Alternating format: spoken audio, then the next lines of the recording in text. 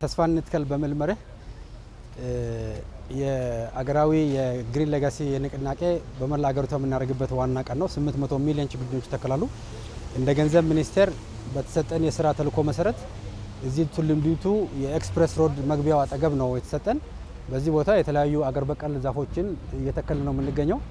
እንግዲህ 800 ሚሊዮን ችግኞችን በዛሬው ዕለት የመላ ሀገሪቱ ህዝቦች በሁሉም አካባቢ የሚተክሉበት ቀን ነው።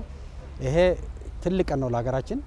በጋራ ጉዳያችን በራሳችን የህዝብ ተሳትፎ እንዲህ የመሰሉ ትላልቅ ግዙፍ የልማት ስራዎችን በጋራ ስናከናውን ከፍተኛ የመደመር አቅምን ተጠቅመን ነው በዚህ ደረጃ እየተደረሰ ያለውና እንደ ገንዘብ ሚኒስቴርም ተጠሪ ተቋማትም በዚህ መርሃ ግብር ላይ አሁን እንደምታዩት እየተከልን ነው የምንገኘው። በቀጣይም እንንከባከባለን። በተለይ ደግሞ ኢትዮጵያ የኮፕ 32ን ስለምናዘጋጅ ይሄ ኮሪዶር በጠቅላላ እንግዶች የሚንቀሳቀሱበት ኮሪዶር ነው የሚሆነው። ሙሉ ለሙሉ እስከ ኮፕ ድረስ ያለው ከጎንና ጎን በተጠናና በጋራ በታቀደ መልኩ የተለያዩ ዛፎችን ግራና ቀኝ የመትከሉ መርሃ ግብር በሁሉም መስሪያ ቤቶች እየተከናወነ ነው የሚገኘው።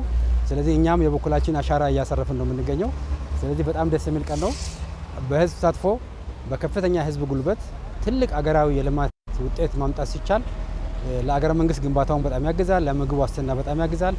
በአጠቃላይ እንደዚህ አይነት የተደራጀ የህዝብ ተሳትፎ የልማት ስራዎቻችንን አጠናክሮ ለመቀጠል በከፍተኛ ደረጃ የሚያግዝ ነው የሚሆነው።